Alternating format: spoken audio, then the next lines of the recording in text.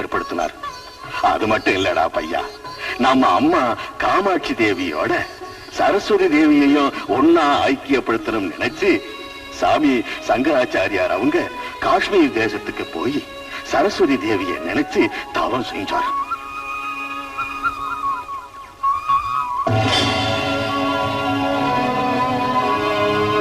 மகனே,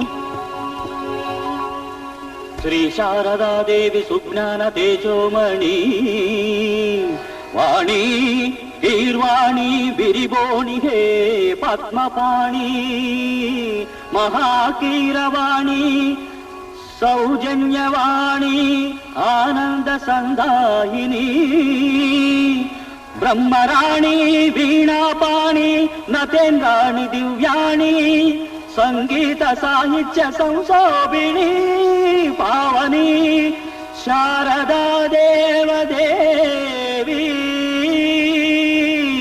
नमस्ते नमस्ते नमः.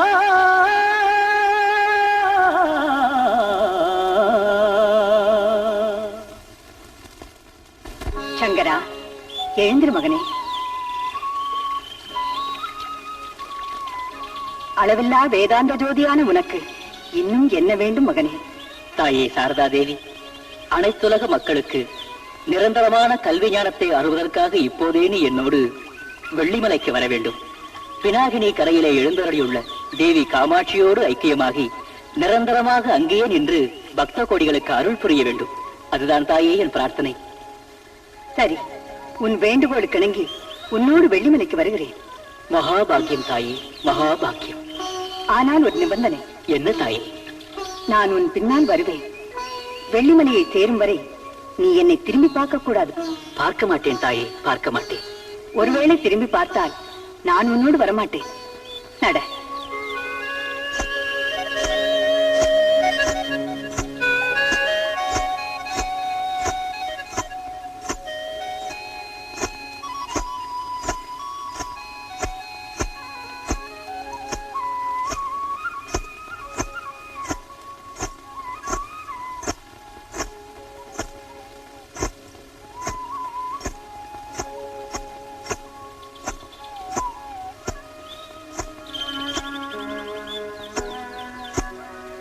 அப்புறம் என்ன ஆச்சுன்னா, சரஸ்வதி அம்மா சொன்ன மாதிரியே சாமி சங்கராச்சாரியார் அவங்க திரும்பி பார்க்காமலேயே சரஸ்வதி தேவியை கூட்டிக்கிட்டு வந்துகிட்டு இருந்தார். துங்கா நதி கரைக்கிட்ட இருக்கிற சிறுங்க மலை பக்கத்துல வந்துகிட்டு இருக்கிறப்போ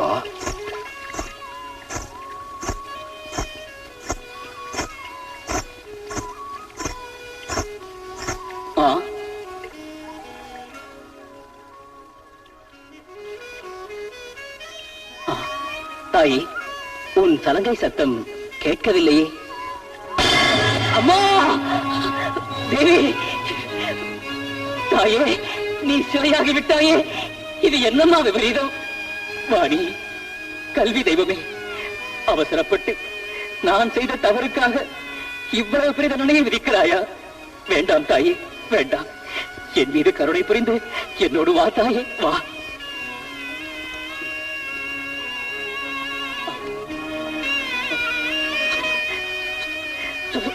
தாயே, அம்மா, நீ என் கோரிக்கையை தீர்க்காவிட்டால் உன் பாதங்களிலேயே நான் அக்னி பிரவேசம் செய்து கொள்வேன்.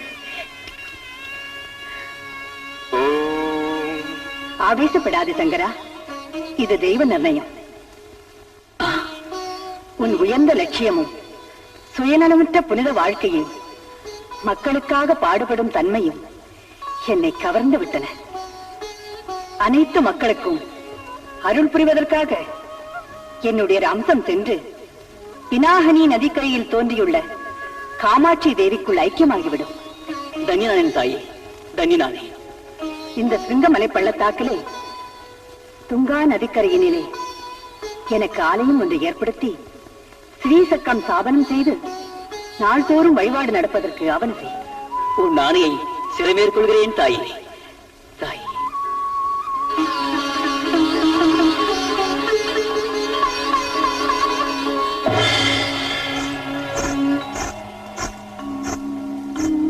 சரஸ்வதி தேவி வாக்களிச்சபடி காமாட்சி அம்மனோட ஐக்கியமாகி மக்களுக்கு அருள் புரிகிறார்.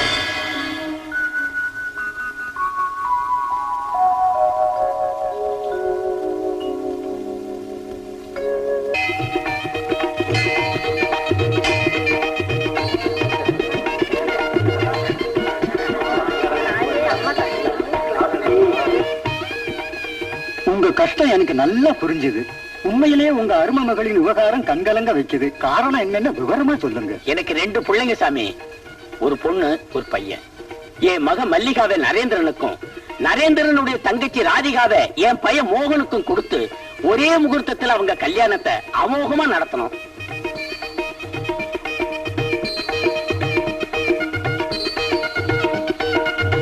இன்னும் ஏன் தாமதம் பண்ணிட்டு இருக்க? நல்ல நேரம் வந்துடுச்சு. பொண்ணு மாப்பிள்ளை புறப்படுறது நல்லது. என்ன அம்மா மல்லிகா, அத்தை வீட்டுக்கு புதுசா வாழ போறேம்மா. நீ அத்தையோட சொல்ல தட்டாம, புருஷ மனசு நோக வைக்காம, நல்ல பொண்ணுன்னு பேர் வாங்கி உன் புகுந்த வீட்டுக்கு கௌரவத்தை தேடி கொடுமா தாயே. சரிம்மா. அம்மா ராதிகா, சதா எங்களையே நினைக்காம புருஷன்கிட்ட அம்பா நடந்து நல்ல பொண்ணுன்னு பேர் வாங்கி நம்ம குடும்ப கௌரவத்தை காப்பாத்தணும். ஆகட்டும்மா. அழாத கண்ணு. அண்ணி ராதிகாவை செல்லமா வளர்த்துட்டேன். அவ ஏதாவது தப்பு பண்ணிட்டா கூட மன்னிச்சிருங்க. அத பத்தி நீங்க கவலைப்படாதீங்க அண்ணி. ராதிகா என் மருமக மட்டும் இல்ல, மகளும் கூட. அது மாதிரி எங்க மல்லிகாவுக்கு இனி அத்தைனாலும் அம்மானாலும் நீங்க தான் அண்ணி. ஆகட்டும் அண்ணி. இன்னையிலிருந்து மல்லிகா எங்க வீட்டு மகாலட்சுமி. தம்பி, நேரமாச்சு, கார்ல ஏறு. போயிட்டு வரேம்மா. சந்தோஷமா போயிட்டு வாங்க.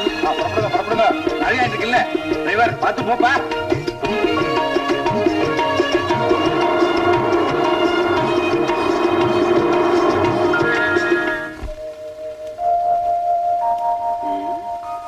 என்ன இன்னும் காணோம்?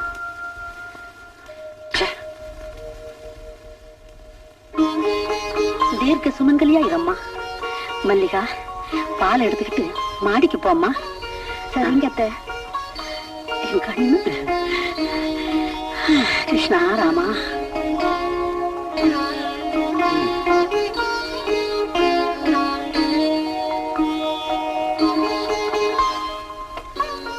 அம்மா தாயே காமாட்சி.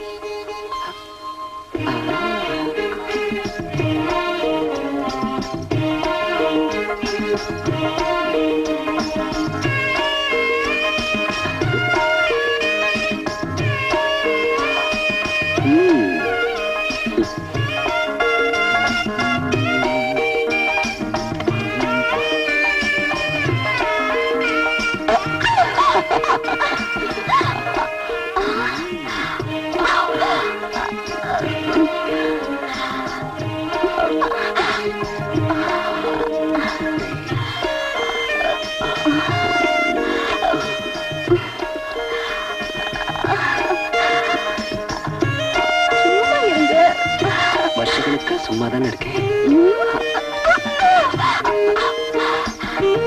எப்படி இருக்கு? சுகமா இருக்கா? இன்பமா இருக்கா? போங்க. சிரிச்சே கொள்றியே. சத்தான ஒரு முத்தம் கொடு. முதல்ல பால் சாப்பிடுங்க. எனக்கு தேவை இந்த பால் இல்ல, அழகான இந்த பெண் பால், சுவையான இந்த கன்னிப்பால்.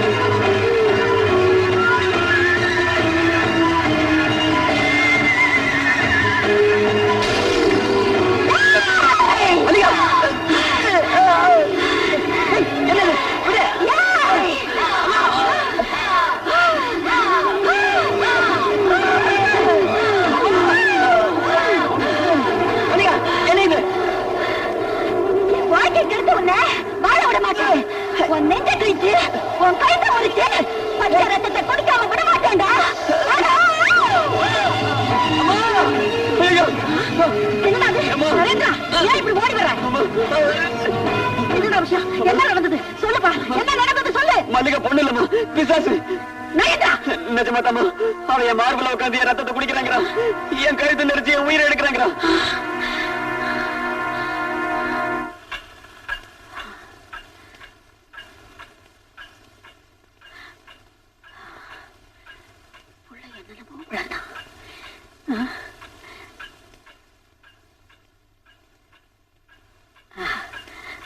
மகாலட்சுமி மாதிரி படுத்திருக்காளே.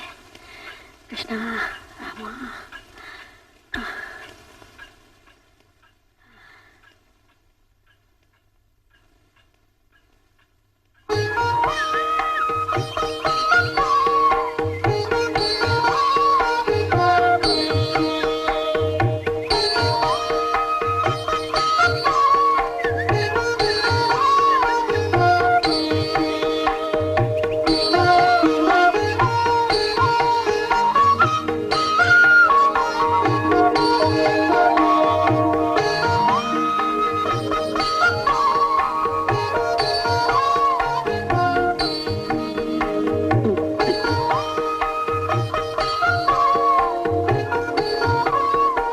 நல்லாருமா, தீர்க்க சுமங்கலி ஆயிரு.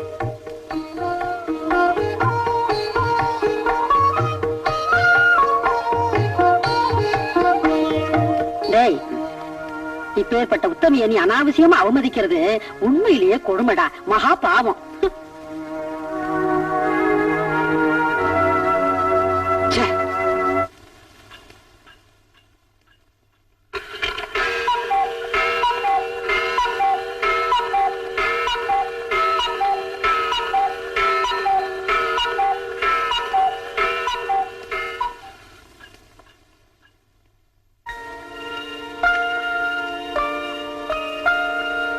நரேந்திரா, எவ்வளவு நேரம் இங்க இப்படியே நடந்துகிட்டு இருப்ப? அங்க படுக்க அறையில மல்லிகா உனக்காக எதிர்பார்த்துக்கிட்டு பா தம்பி. நீ போகிறனா மல்லிகா வேதனைப்படுவாடா. மேல போனா என்ன கொல்லுடுவா. போது சும்மா இரு.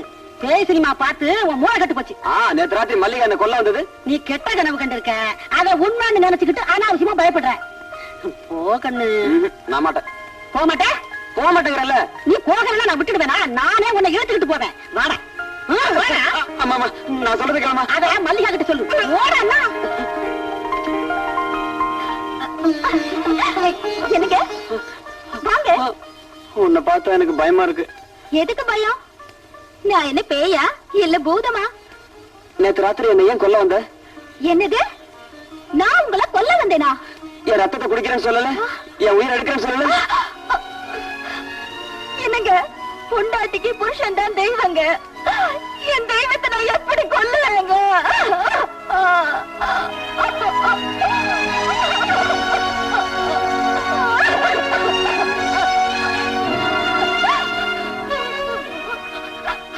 மல்லிகா, மல்லிகா, அழாத மல்லிகா, அழாத.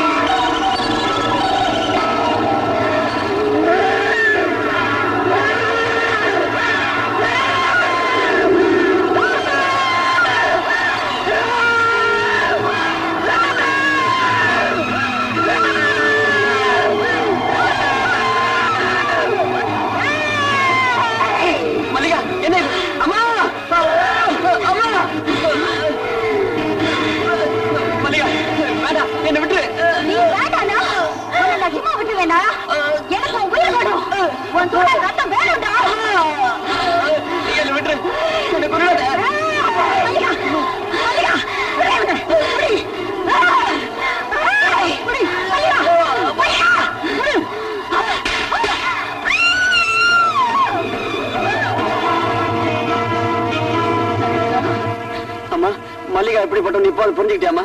தெரிஞ்சுக்கிட்டேன் தம்பி, தெரிஞ்சுக்கிட்டேன். ஒவ்வொரு ராத்திரி செத்து செத்து நான் இவ கூட எப்படிமா வாழ்க்கை நடத்த முடியும்? இப்ப என்னப்பா செய்யறது? மல்லிகாவை கூட்டிக்கிட்டு போய் அவ பிறந்த வீட்டிலே விட்டு வந்துடுறேன். ஓ இஷ்டம் தம்பி, ஓ இஷ்டம்.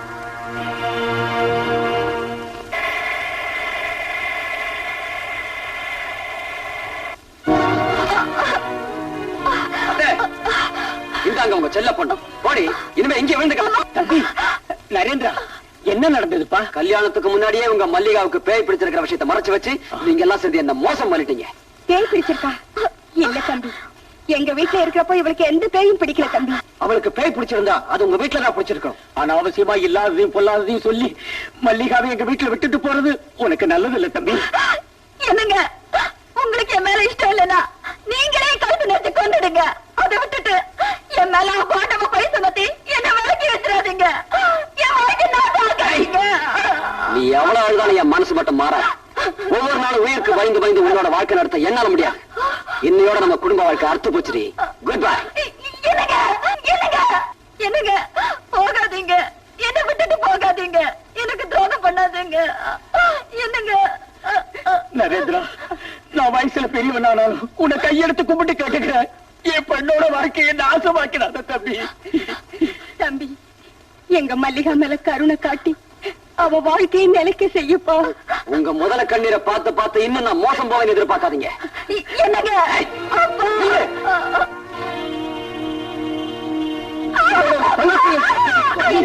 அநியாயம். அநியாயம் இல்ல, பழிக்கு பழி.